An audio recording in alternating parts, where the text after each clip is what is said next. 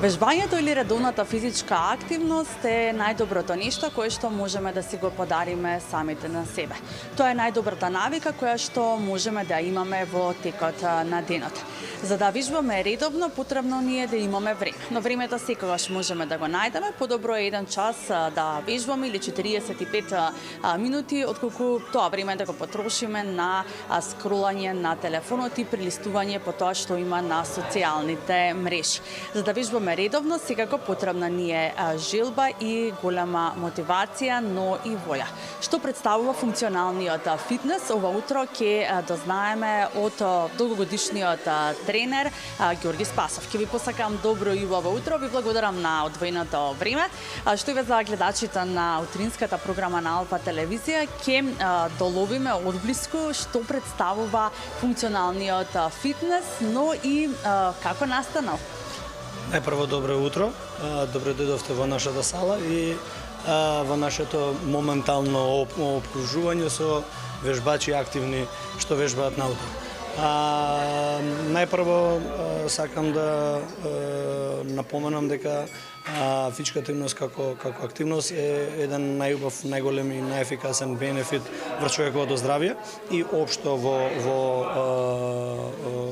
глобално нели активно признат како најдобар здравствен сегмент.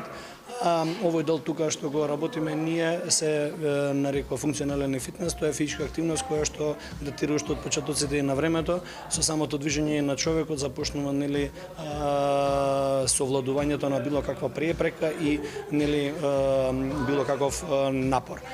Самиот функционален и фитнес како ајде да кажам именка се насочува кон делот да телото биде функционално, значи да ги извршува сите движења во сите сфери на движење, со тоа што самиот концепт на тренингот е да се совлада најбрзо било каква пречка, да се крене било каков товар и да се заврши тоа во број на повторување или во единица време. Самиот ова кажа самата активност во типот на вежбањето, кај нас го работиме со собствена тежина и на телото, каде што тренингот е составен во динамични и во пасивни типови на вежби, каде што нели предизвикот е да се, како што напоменав, да се совлада тоа одредено движење или тоа одредено држање. Дополнително се користат и реквизити, како различна природа, еднорачни тегови, руски звона, карики, пилатеси и топки медицинки, санки, шипки и така натаму. Комбинацијата, односно целта на самиот тренинг да во кратко време го оптеретиме и го измориме, условно кажано, нели целото тело, за да имаме максимален бенефит и ефект.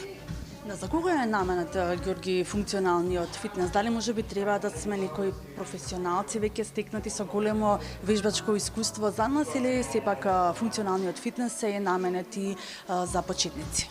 Значи, функционалниот фитнес не е ограничен во возраста, не е ограничен и во полот, значи е севкупен за сите, дали се тоа почетници, напредни вежбачи или веќе искусни вежбачи. Со тоа што самиот функционален фитнес, целта на самиот функционален фитнес е да се научи да се движи, значи телото. Со самата индустриализација, со самата општествена, социјална или база на ние како функционираме во текот на денот и целата седечка и работа што ја имаме, особено повеќето од нели популацијата, наговестува дека ние го губиме тој континуиран нормален нели пат на движење, со тоа што целта на самиот функционален фитнес е да го стимулира враќањето во почетоците на движењето, значи како правилно да се чушне, како правилно да се нели исконтролира телото во просторот.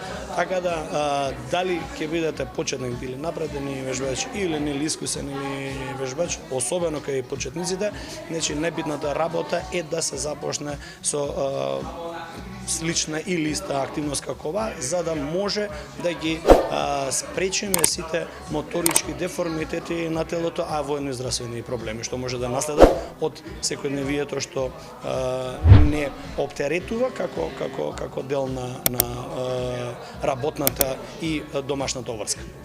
Кои се придобивките од секојдневното вежбање на функционалниот фитнес или неколку пати неделно доколку се практикува? Значи, при добивките здрава атлетска градба е на телото без преголеми вишоци во некоја одредена мускулатура. Најпрво луѓето што доаѓаат да вежба функционален и фитнес доаѓаат заради здравствени причини, да го одржуваат телото здраво, функционално, затоа и така се вика.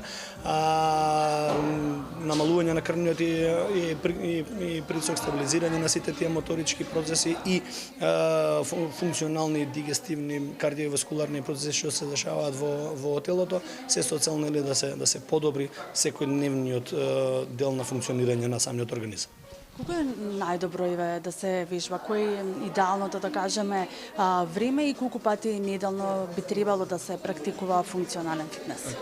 Како и секој типи на тренинг, препорачливо е од самата Светска здравствена организација 3 до 4 пати неделно во текот да се активираме, минимум 60 минути, да биде таа умерена физичка активност каде што телото ќе го доведеме во една зголемена забрзана работа на кардиоваскуларниот систем и срцето, да се возбудат, да се разбудат и мускулите за да можеме да го постигнеме самиот бенефит од тренингот.